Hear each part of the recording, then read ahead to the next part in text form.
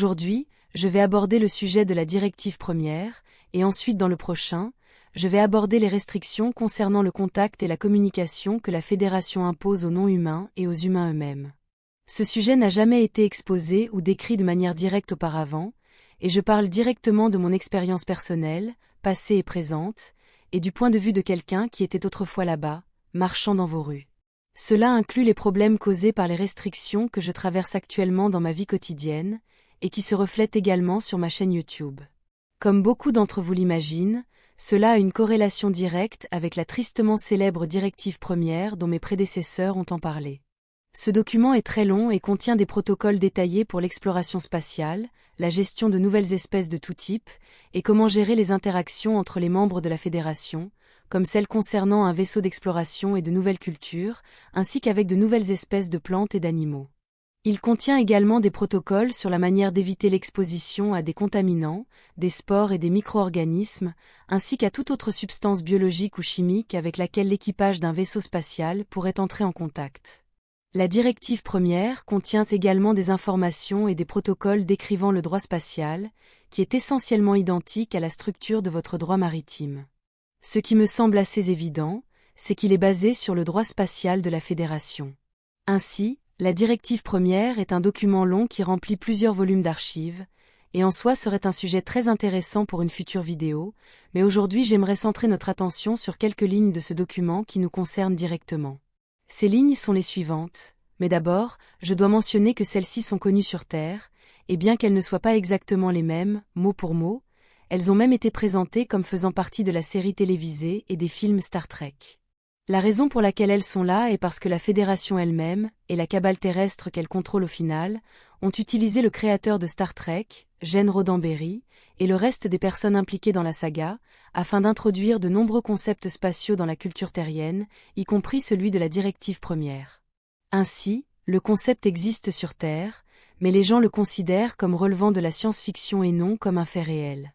Il est connu que Star Trek est basé sur une combinaison du programme spatial secret de la Terre et de la structure de la Fédération Galactique Royale, car Gene Roddenberry était en contact direct avec des entités non humaines lors d'une sorte de retraite au début des années 1960. Mais même Dolores Cannon a mentionné à plusieurs reprises dans son travail que la directive première est réelle.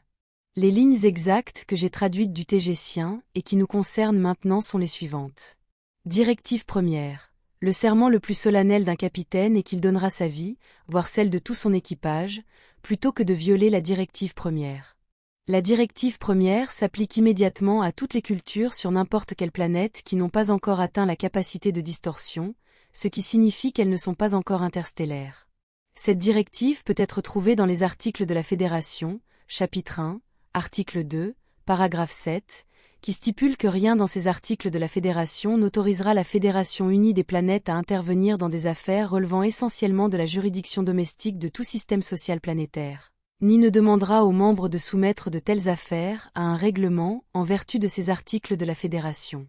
Mais ce principe ne préjudicie pas l'application de mesures coercitives en vertu du chapitre 6. Comme le droit de chaque espèce sensible de vivre conformément à son évolution culturelle normale est considéré comme sacré, aucun personnel de la Fédération ne peut interférer avec le développement normal et sain de la vie et de la culture extraterrestre. Une telle interférence inclut l'introduction de connaissances, de forces ou de technologies supérieures à un monde dont la société est incapable de gérer de tels avantages de manière sage. Le personnel de la Fédération ne peut pas violer cette directive première, même pour sauver leur vie ou leur vaisseau, à moins qu'ils ne cherchent à corriger une violation antérieure ou une contamination accidentelle de la dite culture. Cette directive prime sur toutes les autres considérations et implique la plus haute obligation morale et éthique. En d'autres termes, la Fédération ne peut pas exposer une espèce ou une culture en évolution à une technologie que l'espèce n'a pas encore découverte ou n'est actuellement capable de développer. Il est interdit de prendre contact ou d'interférer avec des races inférieures à moins qu'elles ne soient menacées par une source extérieure. Il est interdit de communiquer avec tout résident autochtone d'une race ou culture moins développée avec tout appareil, machine, outil, arme ou invention représentant une amélioration par rapport à la science et la technologie déjà existantes sur leur planète. Il est interdit de présenter aux membres d'une race ou culture moins développée toute preuve démontrant l'existence de la Fédération unie des planètes et de ses membres, y compris toute machinerie technologique et gadget de tout type, qu'ils soient existants ou en développement futur, appartenant aux membres de la Fédération. Si la rumeur de leur existence se répand parmi les membres de ladite race, elle doit être rapidement réprimée et dissimulée en utilisant tous les moyens à la disposition des membres de la Fédération afin de préserver autant que possible la progression naturelle de leur développement spirituel, culturel et technologique considéré comme sacré. Fin de ma citation sur la directive première de la Fédération. Dans le projet de premier contact apparu vers l'année 2009, celui-ci a été approuvé par le Conseil de la Fédération à condition que le contact expérimental entre les races de la Fédération et les humains sur Terre soit réalisé en utilisant uniquement la technologie humaine et qu'aucune preuve directe ne serait jamais donnée.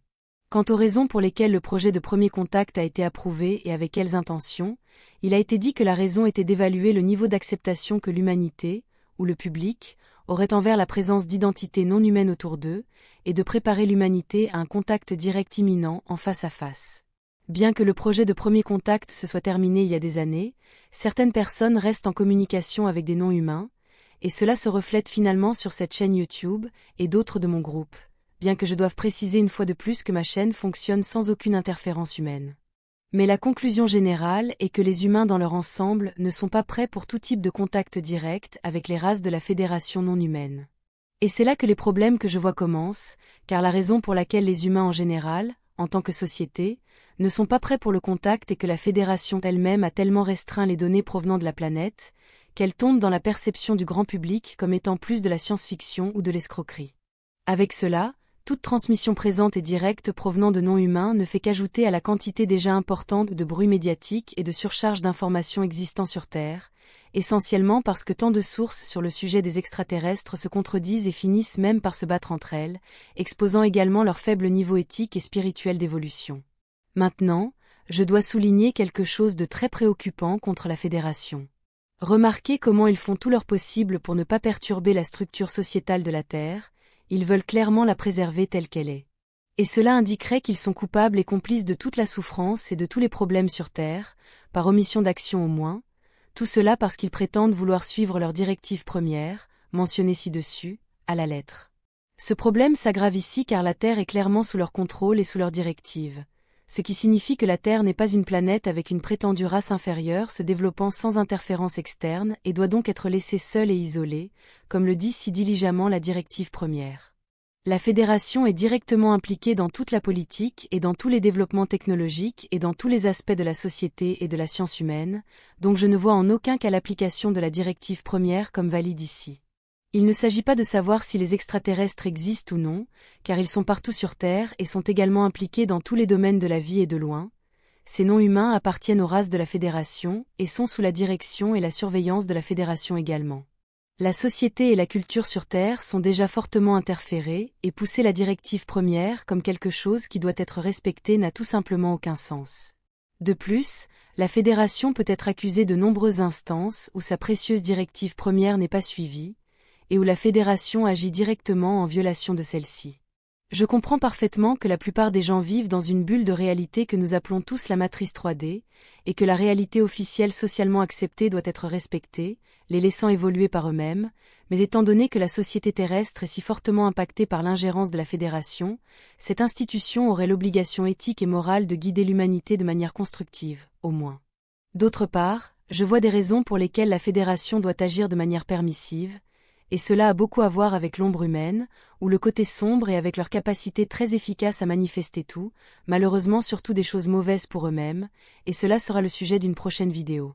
Je comprends le besoin de la Fédération d'isoler les non-humains des humains, pour quelque excuse que ce soit, mais il y a de nombreuses incohérences et choses illogiques auxquelles je ne peux pas adhérer, et j'en ai vécu et j'en vis beaucoup. Ce sujet va être développé, car il y a encore beaucoup à dire, à suivre dans les prochaines vidéos. Marie soit.